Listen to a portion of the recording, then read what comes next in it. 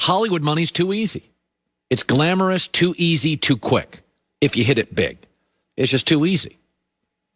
Making $500,000 to put something on Instagram? Got to be kidding me. That's why I got so many messed up families. And I watch Kansas City, and they're starting to remind me of the Kevin Durant, Steph, Clay Warriors the first year. It's too easy. And psychologically, when it's that easy, it's hard to play with a ton of urgency. Think about this. If I told you Patrick Mahomes had 462 yards, 3 touchdowns, no picks, Tyreek Hill had 270 yards, Patrick Mahomes had 124 passer rating, you'd be like, oh my God, who they beat 46-13? No, actually, they won 27-24, and if not for completing a third down pass, 43-year-old Tom Brady at home got the ball left with a minute. They were great on third down. They had 20%, 25% more first downs. They dominated time of possessions. Mahomes was perfect. Tyreek Hill was unguardable. And they won 27-24 and needed a third down completion to seal it. In New England, that was waste management. That was annuities. It was never easy. I mean, the Randy Moss years for a couple years in the regular season looked easy, but it wasn't easy in the postseason. I mean, Tom Brady went to 9 Super Bowls in New England. 8 of them were one-possession games. And the 9th one, the Rams, he was awful. Tom Brady never scored a touchdown in the first quarter of any Super Bowl he's been in. Think about that. It's always been hard. New England won with efficiency and detail. It was never easy money. And I think that's why it was always, every New England game, you rarely saw them. I mean, Joy and I watched the last 15 years of that. They were never inconsistent. You got the same team every week. Kansas City, you don't get the same team every half. It's not a knock on it, but they scored 10 points in the final 3 quarters.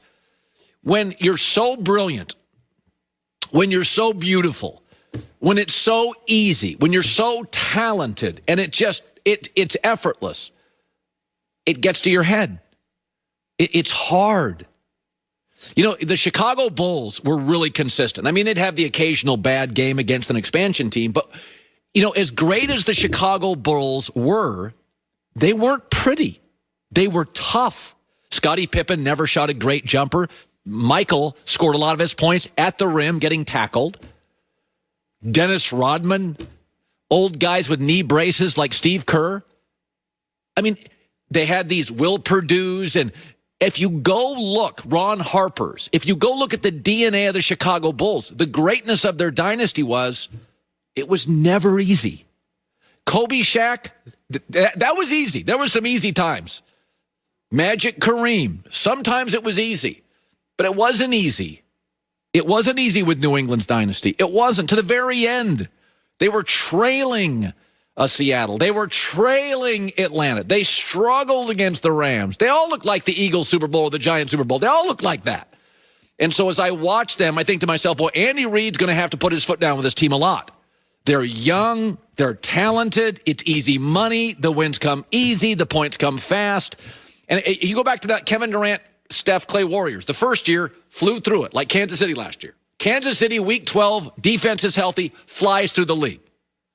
Second year, the Warriors, KD, Steph, forced to 7 in the Western Conference Final. The year after that, they went to 6 games in the first round and 6 games in the second round against clearly inferior teams. Some of this stuff, when you win early and it's easy and it's effortless and you're brilliant, it's not the hitting, it's the head. You got to battle yourself. I don't remember seeing a team. I mean, Kansas City, I don't even, that's why I compare them to the Warriors. I don't remember any NFL team that scores this fast, this quick, this easy. It looks like a 7-on-7 drill. And Tampa's got a defense. It looks like high school 7-on-7 stuff. It's just kind of strolling back there, and Mahomes just keeps backpedaling and backpedaling and backpedaling. He plays like nobody else does. He just keeps back. 7-step drop. He's like 13 steps back. Then kind of arms it up the field. Oh, nobody can guard Tyreek Hill. Another touchdown, 270 yards. Fastest guy in the league. Best tight end in the league. Best quarterback arm in the league. Running backs can play. Offensive line can block. Coach is brilliant. Joy with the news. No. Turn on the news. This is the Herd Line News.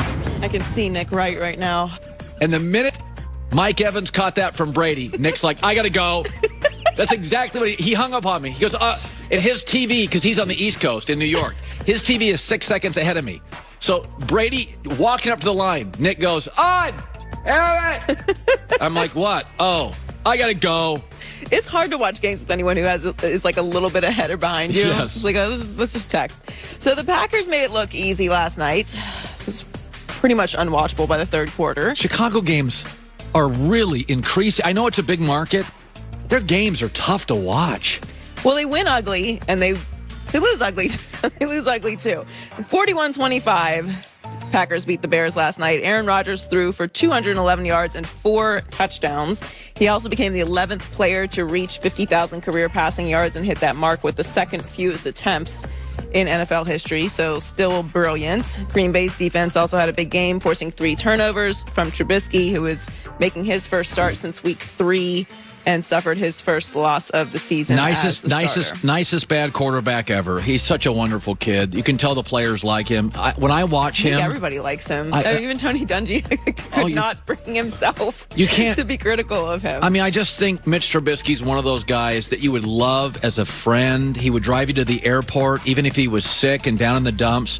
But I didn't get it when he came out. I don't get it now, and it just they got to reboot the quarterback situation in Chicago, or else it's just going to be this against Green Bay for the next 3 years. We definitely need more nice people in the world. Yes, there's nothing wrong with being nice, but I'll take a little less nice at quarterback. Yeah, I mean, you could just be 10% less nice, and we'll deal with it for, an upgrade in that position. I just feel bad for Chicago fans, and I've felt like this for the past couple of years with Chicago, which is why I think it's so strange that they're consistently in this predicament at the quarterback position. Not that it's easy to find a quarterback, but I mean, we all know who they passed up on. Well, so my thing is, like, you have a defense that is capable, right? You know what they did?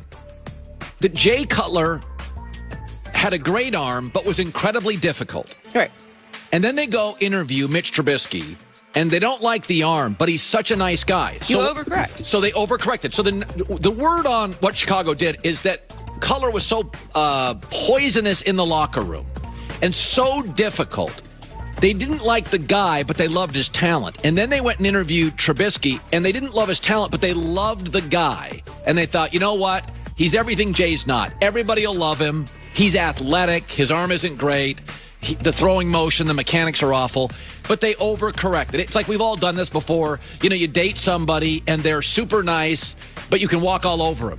So then you want to date somebody that you can't walk over, and after about a year, you're like, I miss walking over somebody because now this person's driving me nuts. Trubisky's the opposite of Cutler, and the truth is the answer is somewhere in the middle. As with most things in life. That's right. And look, I'm not going to sit here and act like it's easy to find the perfect franchise quarterback. It's not, obviously. Every team goes through patches of this, and that's understandable.